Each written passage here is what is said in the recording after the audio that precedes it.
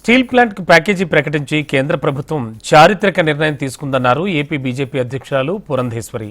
Steel ఫ్యాక్టరీకి నిధులు కేటాయించినందుకు గాను ప్రధాని మోడీకి, కేంద్ర మంత్రులు కుమారస్వామి, నిర్మలా సీతారామన్కు ధన్యవాదాలు తెలిపారు. విశాఖ స్టీల్ ప్లాంట్ కార్మికుల సమస్యలు, క్యాపిటల్ మైన్స్ కొరతపై కేంద్రం దృష్టికి తీసుకెళ్లడంతో ప్యాకేజీ ప్రకటించారని పేర్కొన్నారు పురంధేశ్వరి. డబుల్ ఇంజిన్ సర్కార్తోనే రాష్ట్ర అభివృద్ధి అన్న బీజేపీ నినాదం ఇవాళ స్టీల్ ప్లాంట్ విషయంలో మరోసారి నిరూపితమైందన్నారు. ఇప్పుడే మనకి అందినటువంటి వార్త, విశాఖ స్టీల్ ప్లాంట్ రివైవల్ కోసం కేంద్ర ప్రభుత్వం 11,500 కోట్ల రూపాయలని కేటాయించిందని చెప్పి మనకు వచ్చినటువంటి సమాచారం.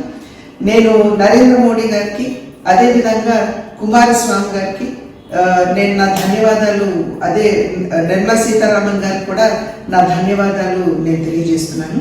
ఎన్నో ఇబ్బందులు మన విశాఖ స్టీల్ ప్లాంట్ ఎదుర్కొంటున్నటువంటి సందర్భంలో అప్పులు ఊపిలో కూలిపోవటం దగ్గర నుండి వారికి క్యాప్టివ్ మైన్స్ లేకపోవటం వలన ఈ రోజున ఏ స్థితికి వచ్చిందంటే, చివరికి అక్కడ పనిచేసేటువంటి ఎంప్లాయీస్ కి కూడా సరైనటువంటి విధంగా వారికి జీతాలు ఇవ్వలేనటువంటి పరిస్థితి ఇవాళ విశాఖ స్టీల్ ప్లాంట్ లో ఏర్పడింది.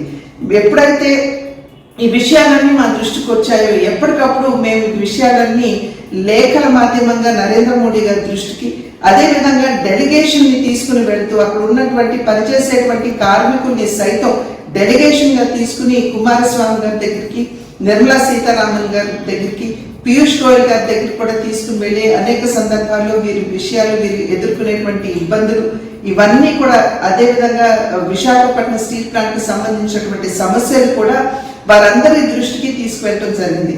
డబుల్ ఇంజిన్ సర్కార్, కేంద్రంలో ఎన్డీఏ, అదేవిధంగా రాష్ట్రంలో కూడా ఎన్డీఏ ఉన్నట్లయితే ఇటువంటి సమస్యలు అనేకం మనం పరిష్కరించుకునేటువంటి అవకాశం ఉంటుంది అని చెప్పి ఏదైతే చెప్పామో, ఇవాళ ఈ ప్యాకేజ్ మాధ్యమంగా మనం ఆశించినటువంటి కళ సాకారమైంది అని చెప్పి విశ్వసిస్తూ మరి ఒక్కసారి ప్రధాని నరేంద్ర మోడీ గారికి, అదేవిధంగా కుమారస్వామి గారికి కూడా నా యొక్క హృదయపూర్వక ధన్యవాదాలు.